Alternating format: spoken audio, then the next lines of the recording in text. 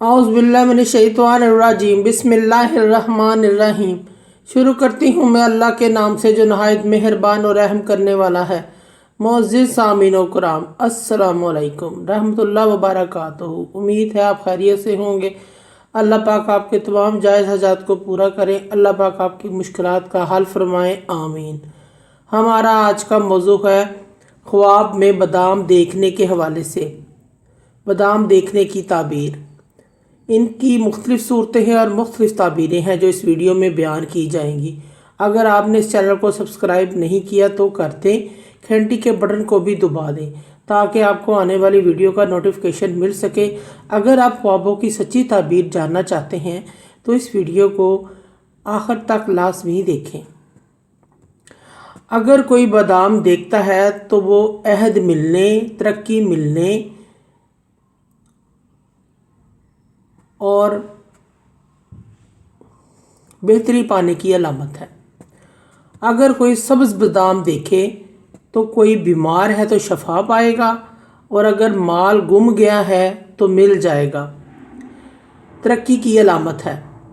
अगर कोई कड़वा बादाम देखता है तो वो हक बात पर दलालत करता है।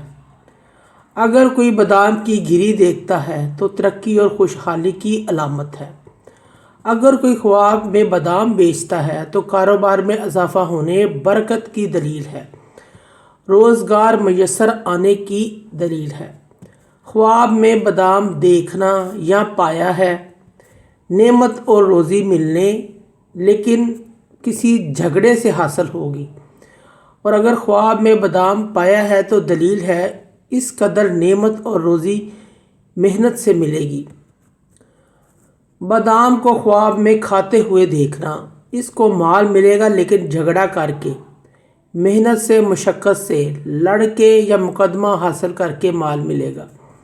ख्वाब के अंदर बादाम का दरख्त देखे जिस पर बादाम लगे हुए हैं, ऐसा शख्स घर वालों पर खर्च करता है लेकिन बाहर वालों का हक मारता है।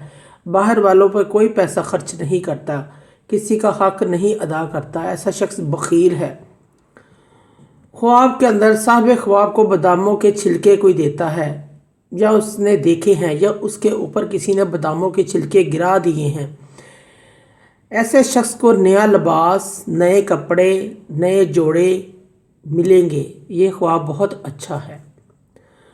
मोअज़्ज़िज़ सामीन कराम, अगर आपको हमारी वीडियो अच्छी लगी है, पसंद आई है, इसे ज़्यादा से ज़्यादा सदका जारिया समझकर लाइक और शेयर करें।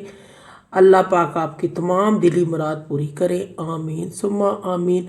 अल्लाह पाक आपके हामी नासिर हों। जज़ाकल्लाह।